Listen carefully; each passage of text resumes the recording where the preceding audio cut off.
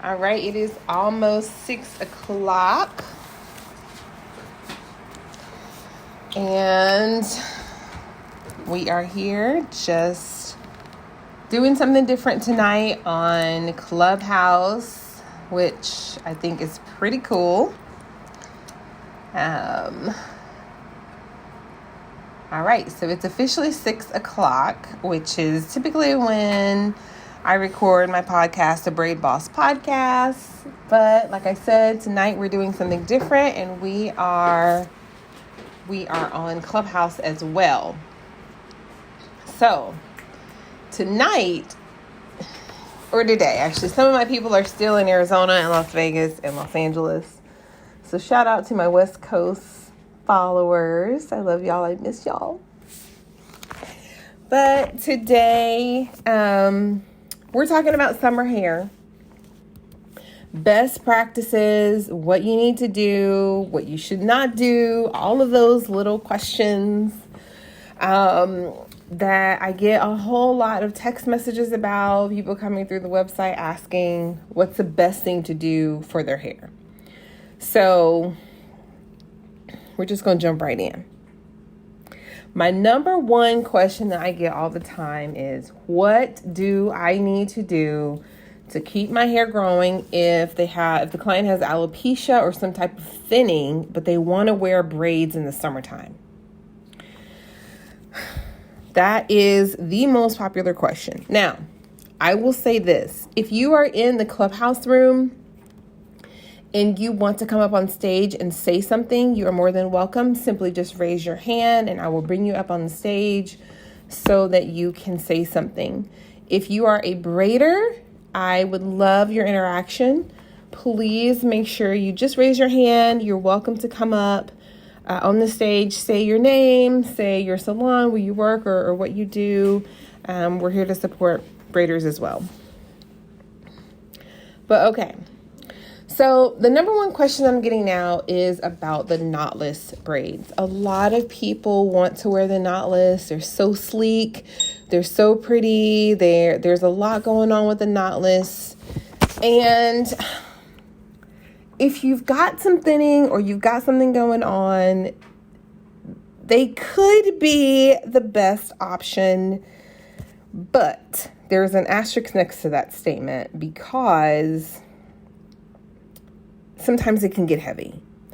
And if your natural hair is not strong enough at the root to maintain that beginning part of the braid, the part that makes it knotless, then they can be a bit too heavy or it won't hold in the first place. So that's something to keep in mind in terms of the knotless braids. Also with the knotless, a good thing about them is that they do allow a lot of flexibility. It's not so tight that it's holding on, that it's holding the Kanekalon hair or the Teokalon hair on the client's natural hair at the same time. So you can wear them. It's the better option of the regular box braids if you've got some kind of thinning or something going on. But just be careful. And I'm glad that these kind of platforms exist because a lot of times people say just be careful and they don't know, I want to add some meaning to that. Number one, I'll say you want to find a braider who really does care about your hair. Hopping from place to place, trying to find the biggest deal, the best deal, that's not what you want to do with braids. You really need to find a braider that's going to slow down long enough to take heed to what you are saying about your hair and that's going to put the right type of braids in your hair for your particular situation. So whether that's box braids, whether that's a knotless braids, if they're locks, butterflies, even if you wanted to do like a Dutch braid or just a halo, or something simple, you still need to make sure that you're communicating with the braider and telling them what you want. Now, at the same time, braiders, you know, I love you. Many of you have been through my braid school. Some have not.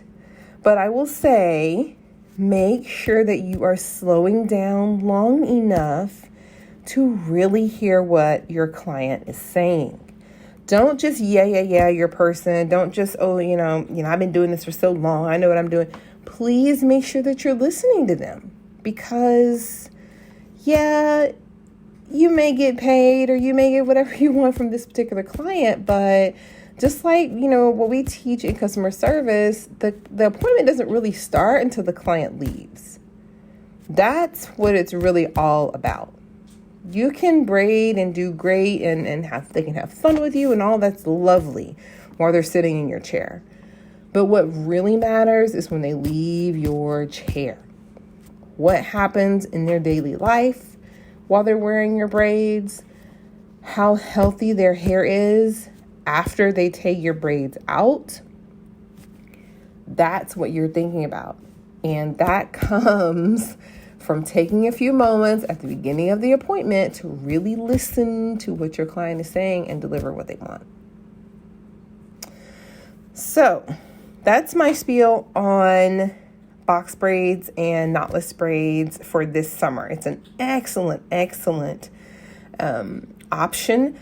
Make sure that you're wearing sunscreen on your scalp. Those are little things that people don't think about. It doesn't need to be caked on or, layered on real thick, but you need to have on some type of sunscreen, especially with the knotless braids, because mostly your scalp is exposed and you don't want to burn. So those are little things to keep in mind. So I'm going to go on to some other popular styles like crochet braids. Crochet braids are done in a 4-step process. And again, if you've been to my classes, you know this.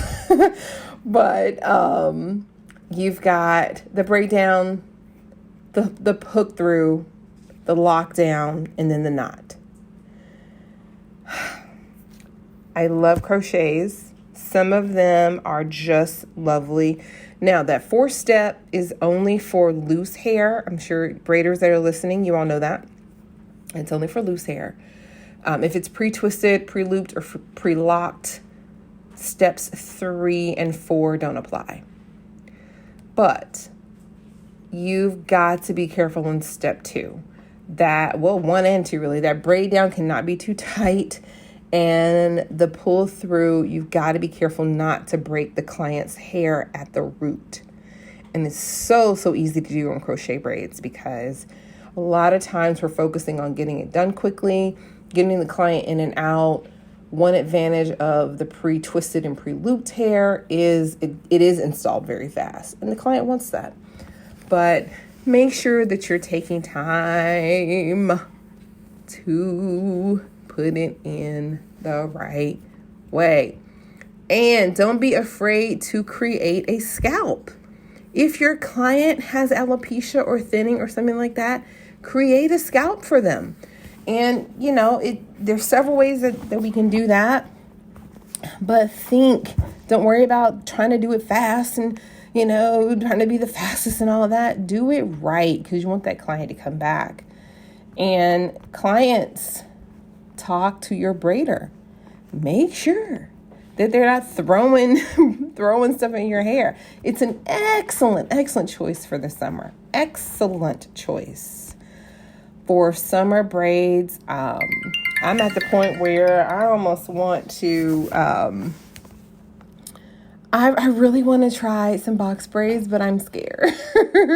I'm a little bit nervous about the knotless. I feel like they're too flat for me. But I am considering doing them on crochet braids. And that's a great way to look at that, see how that's going to look, see if I like it. And there may be somebody else out there that feels the same way. So if you do, use the crochets to satisfy that desire that you have, and you can get that look through crochets. All right, so the last two we're going to talk about are tree braids and then sew-ins. And under sew-ins, it's going to be wigs, braidless sew-ins, really extensions. But let's talk about tree braids. So the tree braids, yes, I specialize in them. I love them. I think they are the best. Not because I specialize in them, but they just are. It is the number one most protective style because it does not require anything except a braid. That's it. There's no glue, there's no hook, there's no sewing, there's no nothing. So with tree braids, because it's done in that one step, the braider really is in control of the fullness, the length, the closeness of the braid, the tightness of the braid, all of that really is in the hands of the braider. So you want to make sure that for the summer, you're selecting a light hair. Human hair is amazing. That one works really, really well on tree braids. Also, a high-grade synthetic hair is an excellent choice. And then you can do the single tree braids now, which are, some people are calling them tree braids, but I have been enlightened, done a little bit of research, and had some input from an amazing client the other day. Up in Chicago, in the Midwest, shout out to all my Chicago braiders. They are called brancher braids. And when I was doing some last week and the client was saying, oh, you do branchers. I was like, what's a brancher? I've been doing this a very long time. I've never heard of a brancher. Anyway, branchers are the individual tree braids. They're also looking like, they're like boho braids, but with more hair. Bohos with more hair, covering the braid, actually covering the braid would be branchers. Those are excellent if your hair can accommodate that weight. And I'm not saying that you're, walking around with hair on that's, holding your neck down, that it's so heavy. But each braid has a significant amount of weight to it. And all of that has to be taken into consideration. So again, talk to your braider, do the consultation, talk about what it is that you want. Just be honest and open about what's going on. And braiders, remember, you are trying to build a relationship with your client, not a one-time, head in a chair. We've got to get out of that mentality. It's about more than a head in a chair. So at that point, I'm going to let you know if you have any questions, you can email me directly at info@strandsofbeauty.com. If you've got a question, if you've got a concern, a picture that you want me to look at, or something's going on with your hair, you want a recommendation on what to get, I'm happy to help. I do have a network of braiders in many cities.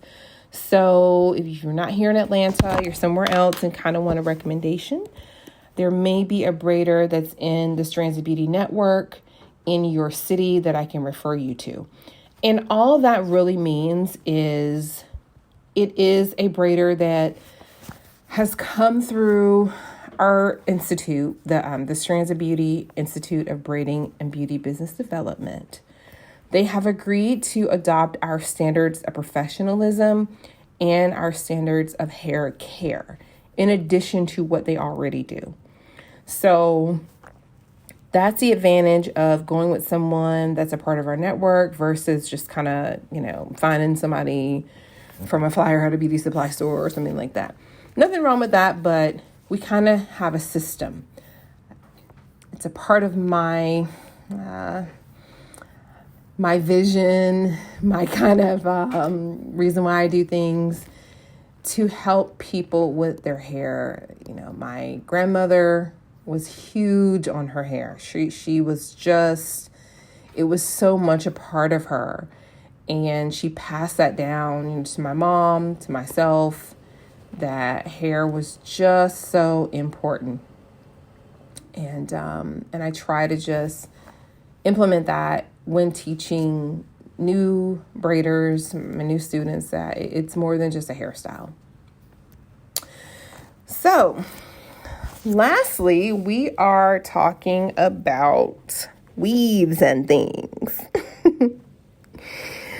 So yes, in the summertime, weaves, wigs, all those wonderful things are a part of what you can do to protect your hair. I just want to caution you on a couple things, and that's the leave out on a partial. That's going to need to be heated and curled to blend in, unless you're doing like a natural style, which are amazing. Or if you're utilizing glue, you'll just need to make sure that you take it out properly.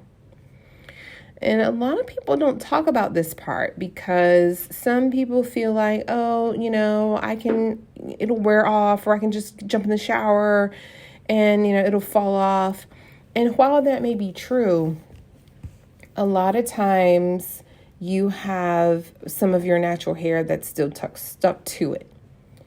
So always, always, always, my number one thing, even if I wear them, I always go to someone to let the professional take it out. They need to use the solvent. They must use the solvent. Okay. The solvent is just important. Or you have to take it off properly. The solvent, or you're just going to have to take the time that's required for it to peel off. And I literally mean peeling off your actual strand of hair. It takes time. Of course, with this heat, try to stay away from the glue if you can. It's just not the best, but I get it. It looks good. Other options you may want to consider are going to be tape extensions, the braidless sew-in. Those are very, very light. And for those of you who want that weave, that extension look, but you don't like the braid, or maybe you're tenderhead, you can't do the braids, you can always do the braidless sew-in. And those are done with micro beads. And one cool thing about those, you can see like how much your hair is grown out. So I love those. Those are pretty cool. And then don't forget about the braid and weave. That one is where the track, it's not sewn on, it's actually braided on a track. The track is created with the braid. Those are really, really cool. I actually have a video on my YouTube channel from many moons ago about the braid in sew-in. If you want more information on that, take a look there. So, a couple of secrets about summer braid styles that us braiders kind of have in our little bag of tricks. So the first one I will say is going to be the type of hair that we use. You always, braiders, always use the pre-stretched hair. Now, I spent some time in West Africa, in Ghana, working at a braid salon, and I have witnessed those lovely ladies who can stand there for hours and hours and pick the hair. It is one of the most amazing things you have ever seen in your life. And I must say that when the hair is stretched by hand, it does look different. Yeah, the pre-stretch, it's great, it works, but I will tell you that in my hat, shout out to my ladies in Ghana, in Accra, who did my hair, who stood there all day, who stood there for an extended period of time and stretched the hair. It looked good. Here, where if you have, if the pre-stretched hair is accessible to you, use it. The other hair is utilized for a different style these days, but if you want that pre-stretched look, use that hair, and it is lighter. So that's a secret that we kind of know. The pre-stretched hair is much, much, much lighter. And also, Kanekalon hair can have a coating on it. So clients, ask your braider if they can, there's a chemical that we use where we can take that processing, that kind of shell off of it. For clients who are allergic or who need maybe it's a little bit too abrasive on your hair, or you just kind of want that pre-treatment, that is also available. So a lot of times braiders won't lead with that. We won't say, oh, we could do a pre-treatment, because it does take more time. But I'm encouraging you, braiders, say it, offer it. It really does help your client to get to know you better. It shows that you care, and it really does help their hair. There's nothing better than that client coming back to you excited about how much their hair has grown while they've been sitting in your chair. Okay? So on that note, we're going to go ahead and end. Again, if you have questions or concerns or something that you want to talk about or you want me to look at, I'm happy to help. Please send me an email at info@strandsofbeauty.com. And stay tuned to the Braid Boss podcast. We've got a lot coming up in the next couple of weeks. We've got some exciting news. We just opened a new salon here in Atlanta, right off of Buford Highway in Atlanta, near Doraville Station. We're doing our thing. I mean, braids rule the world. So make sure that you tune in.